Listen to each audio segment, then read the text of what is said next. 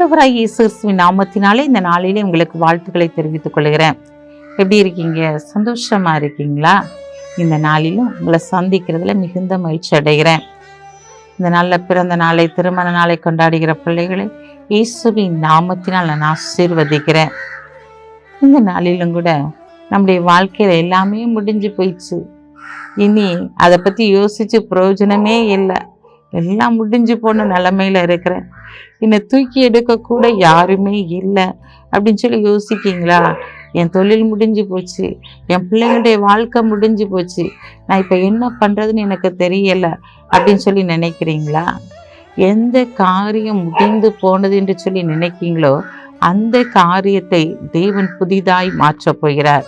எந்த காரியம் முடிந்து போனதோ அந்த காரியம் புதிதாய் உங்களுக்கு மாற்றப்பட போகிறது. வாசிக்கிறேன் கேளுங்க.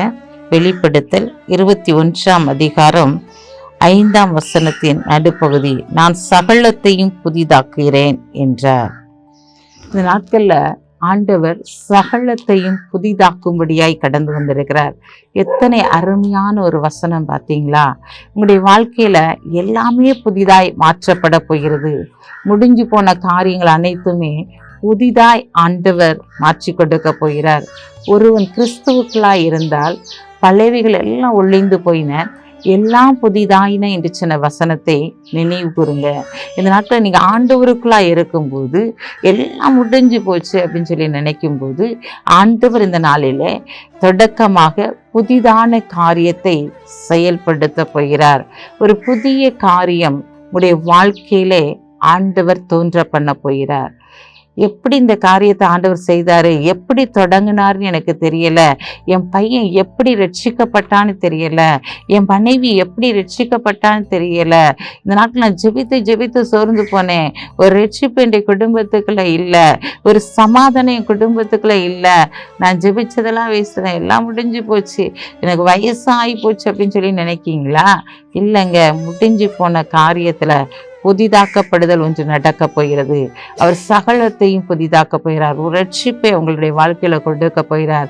பாவத்திலிருந்து ஒரு விடுதலை அவர் கொடுக்க போகிறார். உங்களுடைய தொழிலே ஒரு மாற்றத்தை கொடுத்து அந்த தொழிலே புதிதான ஒரு காரியத்தை அவர் செயல்படுத்த போகிறார். ஊழியத்தின் பாதையிலே புதிதான காரியங்கள் உங்களுடைய வாழ்க்கையில பிரவேசிக்க போகிறது.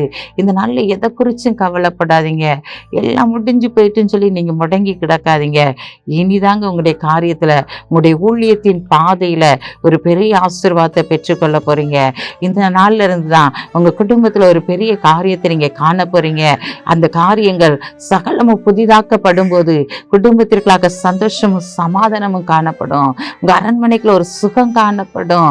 இந்த நாளில் அப்படிப்பட்ட ஒரு ஆசீர்வாதத்தை தேவன் புதிதாக்கும்படியாய் கடந்து வந்திருக்கிறார். நீங்க கடன் பிரச்சனை நிமித்தம் என் வாழ்க்கையே முடிஞ்சு போச்சு, இனி வாழ்றதோட சாகிறது நல்லது என்று சொல்லி நினைக்கீங்களா?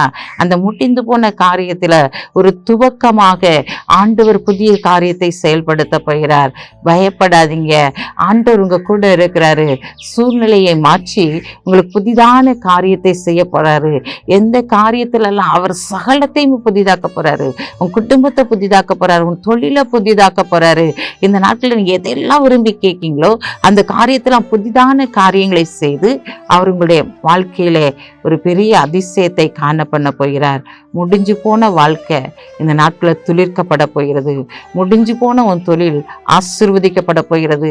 உன் பிள்ளை திருந்தவே மாட்டான், என் கணவர் ரட்சிக்கப்படவே மாட்டான், அந்த பாவத்திலிருந்து விடுதலை அவங்க பெற்றுக்கொள்ளவே மாட்டாங்கன்னு சொன்னால் அதில் ஒரு புதிய காரியத்தை ஆண்டவர் இந்த நாளையில செய்து உங்களை உயர்த்த போகிறார்.